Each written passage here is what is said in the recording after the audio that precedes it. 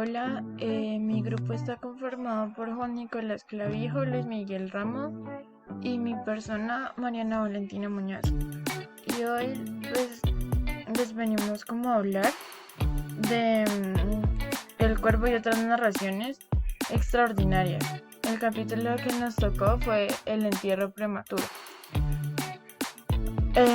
A continuación, mi amigo Luis va a hablar sobre la superestructura. Es un texto narrativo en su estructura y inicio, número y desenlace y se encuentra escrito en un renglón. Ahora, mi compañero Luis también le sigue explicando sobre la macroestructura. Título: El Cuervo y otras narraciones extraordinarias. Subtítulo: El entierro prematuro. Tema central. Como tema central vemos que el capítulo nos habla de diversos tipos de muerte, en el que las personas son enterradas prácticamente vivas, pero con el paso de los días son desenterradas por algún motivo, y algunas de estas personas ven con problemas causados por este error. Pero en el caso de otras personas, estas mueren por estar enterradas mucho tiempo o porque la enfermedad que sucede al estar enterrado vivo los mata. Bueno, ahora les voy a hablar sobre la microestructura o las figuras literarias. Pues las figuras literarias que encontramos en el texto es la anáfora. Unos ejemplos que encontramos he mencionado algunas de las más destacadas y honorables calamidades registradas en la historia del hombre. Ser enterrado vivo es sin lugar a dudas lo más terrorífico que puede caerle en suerte a un simple mortal. La esposa de uno de los más respetables ciudadanos, abogado eminente y miembro del Congreso, fue atacada por una repentina enfermedad que burló el genio de los médicos. La otra sería la catáfora. Si se pretende no irritar o ofender a nadie, los novelistas deberán evitarlos. Pues el otro ejemplo sería: si se tratan de ficciones, no resultarían simplemente abominables. Y el último ejemplo de la catáfora sería: si fuera necesario, podría yo referirme 100 ejemplos.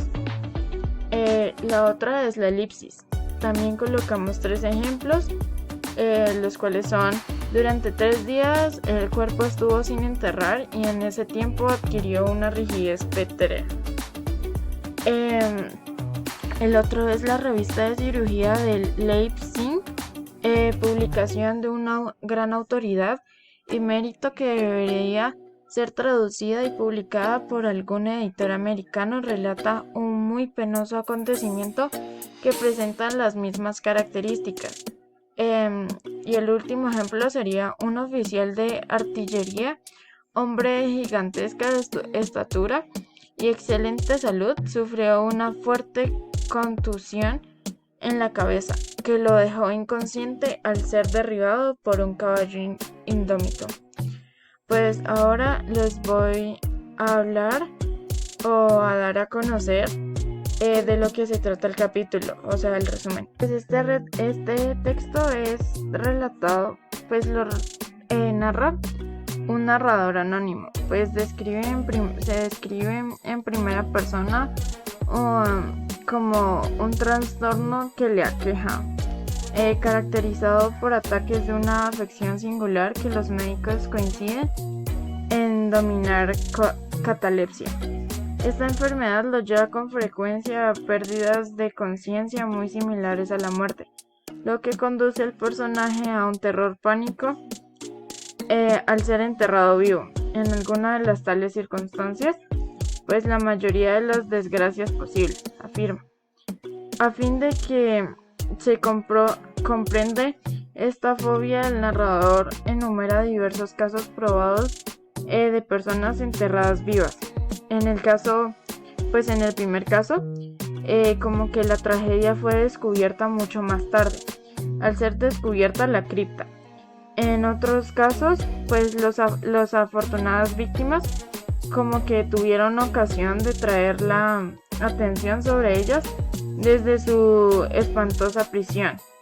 Pues los numerosos y espeluznantes hallazgos registrados al remover tumbas en cementerios constituyen también buena prueba de ello, pues la catalepsia pues hace al narrador muy proclive a caer en estados de inconsciencia, un problema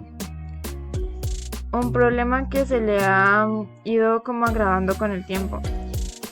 Pues su peor pesadilla es perder el sentido en ocasiones de hallarse lejos de su hogar, y que al ignorarse sus circunstancias es en el nuevo medio se ha dado por muerto.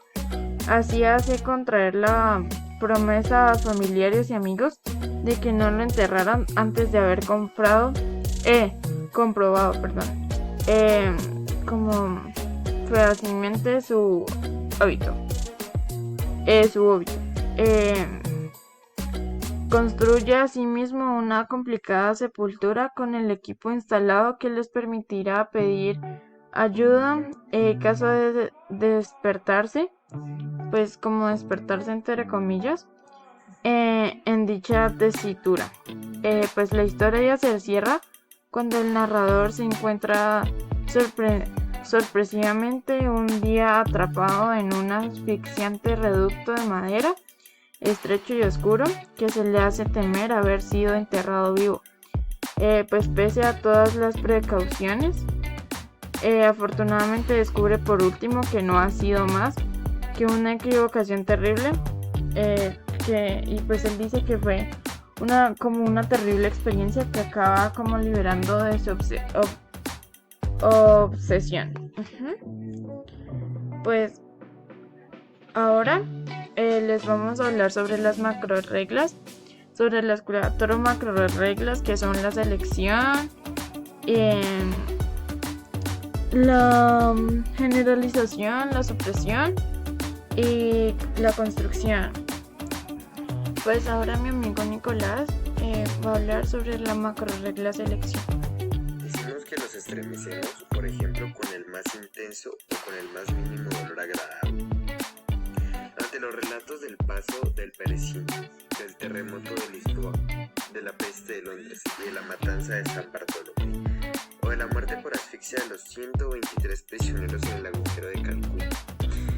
Estos siguientes ejemplos son los que encontramos y los citamos aquí, pues, en el trabajo, de acuerdo a lo que leímos del texto del libro. En el año de 1810 en Francia tuvo lugar un caso de inhumación prematura, en circunstancias que contribuyen mucho a justificar la afirmación de que la realidad supera la ficción. La heroína de la historia era la madre Mademoiselle Victoria Laufer, una joven de ilustre familia, rica y muy guapa.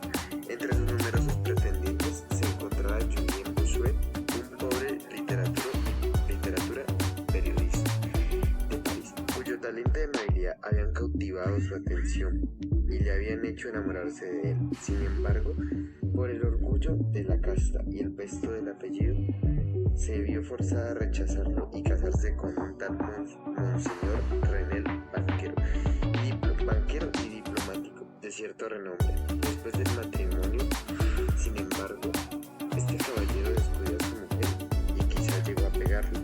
Después de algunos años de matrimonio, ella falleció, o al menos lo parecía, tanto que engañó a quienes la vieron.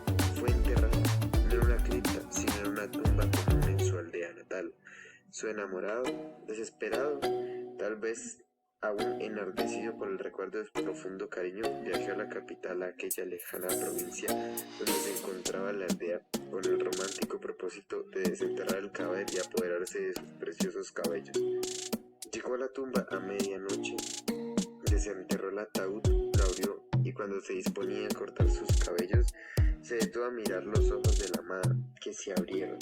La dama había sido enterrada viva.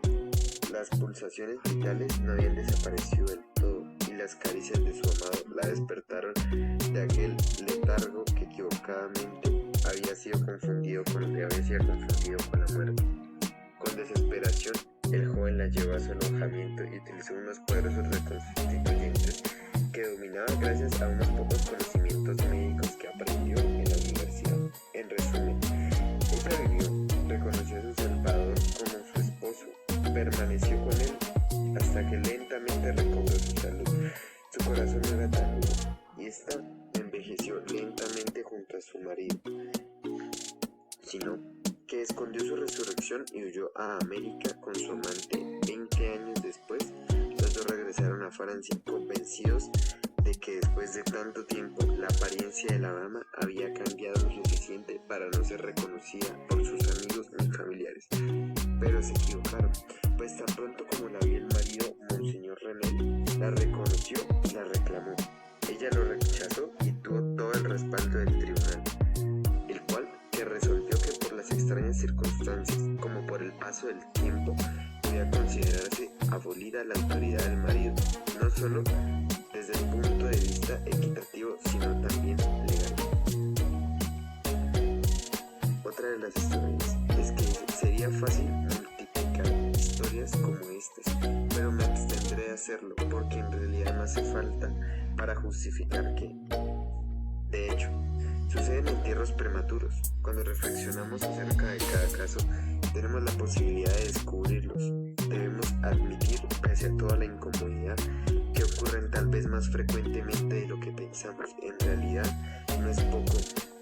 Es muy común, tal que al remover las tumbas en un cementerio aparecen, por alguna razón desconocida, esqueletos en posturas que sugieren la más espantosa de las sospechas posibles.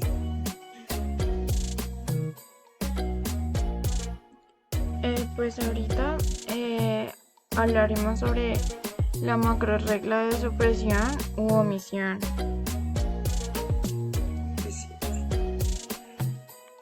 La esposa de uno de los más respetables ciudadanos, abogado eminente y miembro del Congreso, fue atacada por una repentina enfermedad que burló el ingenio de los médicos. Después de mucho padecer, murió, o se supone que murió.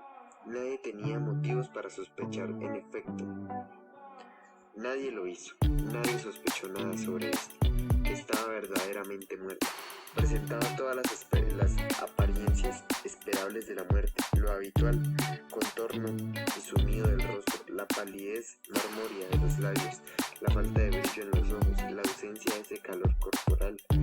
Después de todas las pruebas, cesaron las pulsaciones durante 3 días. El cuerpo estuvo sin enterrar y en ese tiempo adquirió una rigidez petrea. En resumen, el funeral se adelantó por el rato. Hacía calor y lo enterraron con prisa indecorosa en uno de los cementerios públicos. Sus funerales tuvieron lugar el jueves.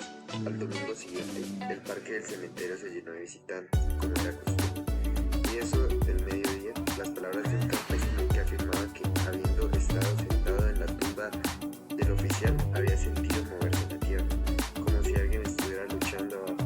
Al principio, nadie le prestó atención a las palabras de este hombre, pero se veía tan aterrorizado e insistía tan tercamente que, finalmente, su historia tuvo un efecto natural sobre la muchedumbre. Algunos, con rapidez, consiguieron unas palas y la tumba, vergonzosamente superficial, estuvo a pocos minutos, tan abierta que dejó al descubierto la cabeza de su ocupante.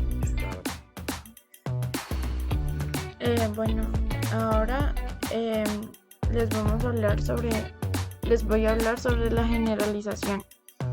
Pues como en pocas palabras, como el texto, lo más relevante es que la esposa de los más respetables ciudadanos, abogado eminente y miembro del Congreso, como que fue atacada por una repentina enfermedad que burló el ingenio de los médicos.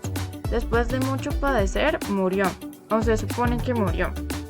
Pues ahí pues nosotros como que le colocamos que se supone que murió, debido a que pues obviamente ella no estaba muerta, sino que por tener esta enfermedad,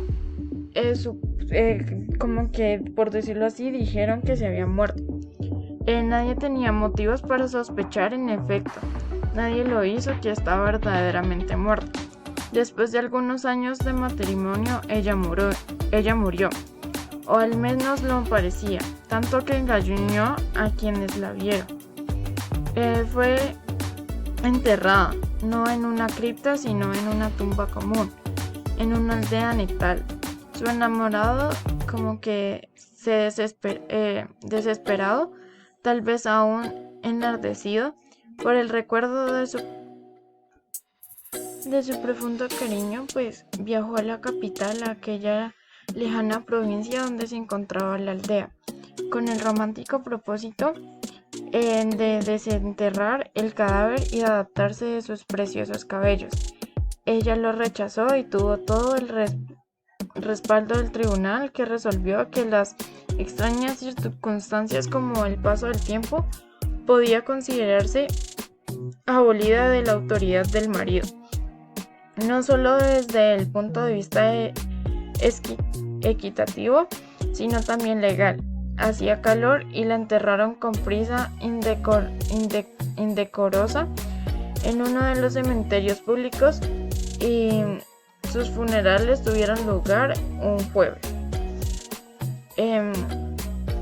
Pues para finalizar, ahorita mi compañero Luis les va a hablar sobre la integración o construcción, que es otra de las macrorreglas. Primero, en este relato, el narrador anónimo describe en primera persona un trastorno que le aqueja, caracterizado por ataques de una afección singular que los médicos coinciden en denominar catalepsia. 2. A fin de que se comprenda esta fobia, el narrador enumera diversos casos probados de personas enterradas vivas. 3. Los numerosos y espeluznantes hallazgos registrados al remover tumbas en cementerios constituyen también una prueba de ello. La catalepsia pues hace al narrador muy proclive a caer en estados de inconsciencia, un problema que le ha ido agravando con el tiempo. Pues ese es todo nuestro trabajo. Pues espero que le hayan puesto atención y muchas gracias.